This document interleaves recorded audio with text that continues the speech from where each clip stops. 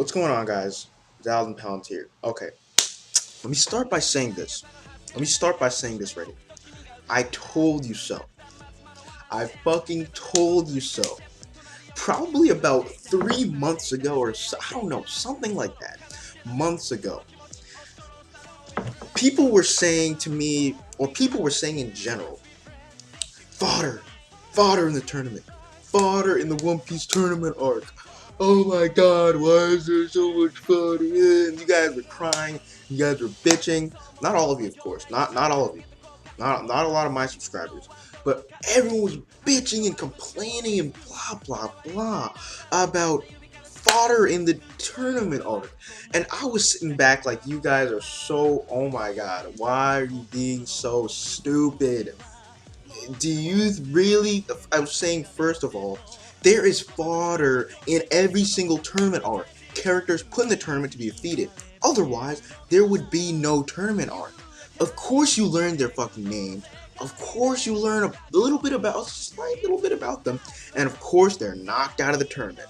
Of course, they're knocked out of the tournament because it's a fucking tournament arc. Okay? But now, oh, and the other thing I was saying, Oda is obviously going to bring them back later this arc because there's going to be some kind of conflict between Marines and Pirates and the Doflamingo family. Okay, so obviously Oda's gonna bring them back.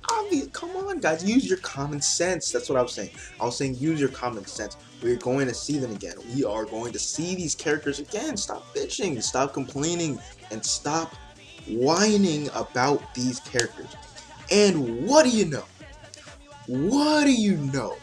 We are going to have a whole section of this arc with these characters trying to escape and then get revenge on the Doflamingo family. Oh boy, I'm right. I was right. I hate to rub it in, but all that bitching and complaining, totally unnecessary. Think about it. Think about it. You should have seen this coming. People should have seen this coming. Anyways, this chapter in a nutshell, we get a little bit more out of the situation with Law and Doflamingo, a slight little bit. Law's trying to hold Jola hostage from Doflamingo pretty much, and Doflamingo is trying to convince Law that, the Doflamingo family, I think he's bluffing. I think he does care about members of his, close circle, but he's trying to convince Law that he does not care what happens to people in his family, that they will gladly sacrifice his life, and he will gladly be like, okay, bitch, you're dead, you can die. I don't think so. I don't think this is the truth. I really don't think it's the truth, but that is what Doflamingo's trying to put across. All right, Momonosuke, we find out that he has bad memories of Doflamingo. That's all we really get. That he has bad memories. He went to Dressrosa before, and he saw Doflamingo torturing somebody or whatnot. And that apparently he's so terrified of Doflamingo because of that moment. And we really didn't get much from that. We really didn't get enough out of that I would really predict anything. But I think a lot of people's suspicions that Momonosuke has a hand in some of the Doflamingo family's doings or whatever. Some people did suspect Momonosuke and or Kinemon.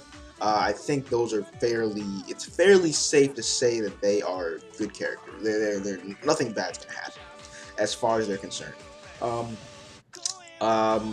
Violet is on her way to Doflamingo's palace itself. Even though Doflamingo's not at the palace, I'm not sure what's gonna go down, but she is on her way there. I might have overlooked something, but not quite sure why she's going to the palace. Not quite sure about that. A funny scene though, very, very, very entertaining, was when Bartolomeo met Kinemon and Zoro, and he's crying. He's like, "Oh my god, I've really seen Zoro. If you give me your autograph, I'll tell you where Luffy is. I'll search for him with my life." Like that gag is still funny. That gag could be funny for a while, depending on how they do it, when he interacts with different members of the Straw Hat crew. Let me once again say, we found out at the end, and this is probably the biggest part of the chapter for me, and I already talked about it at the start, but let me talk about it again. When we found out that fucking everyone who lost the tournament, the King's Punch motherfucker, The King's Punch, motherfucker, that guy. Pretty much everyone that got wiped out in the tournament is trapped in the toy factory. They are trapped in the toy factory. I fucking told you guys that.